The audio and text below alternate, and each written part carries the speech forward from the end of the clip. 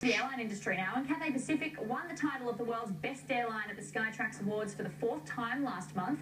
The award, based on nearly 19 million customer surveys, comes after an upgrade spend by the airline of around $670 million. James Wilkinson was lucky enough to enjoy Cathay Pacific business class and joins us now with his test flight report. What do you make of it?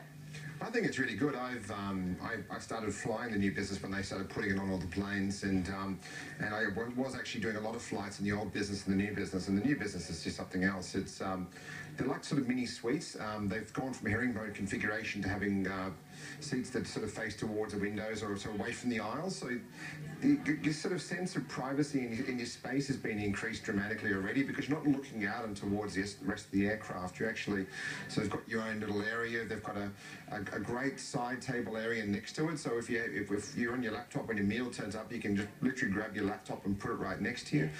There's a lot of storage space. They've got seats that are 2 meters long when you recline them. So yeah, I mean, space is probably the big key in terms of how good this product is. What about in terms of sleeping? They do claim to have the best bed in the sky.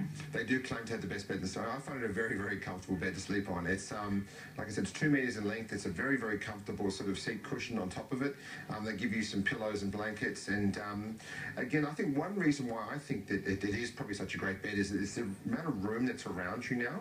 Like, you don't feel like you kind of cocooned into a small space. You feel like you've got a lot more space, and you know, if you do get a window seat, looking out towards windows and having the windows open, you do feel like a lot more area available to you. So one thing I do find with these seats is that there's a lot of areas to put things. So when you are lying down, you don't have everything sort of next to you on one side. You've got little cupboards to put things in, plenty of space underneath as well. And they introduced a new menu in May. I know they serve caviar in first. Did you get to try this? No, they don't have first class, unfortunately, on Australian flights. But the food and wine on board Cathay is fantastic. There's a couple of Western and Asian choices on every flight.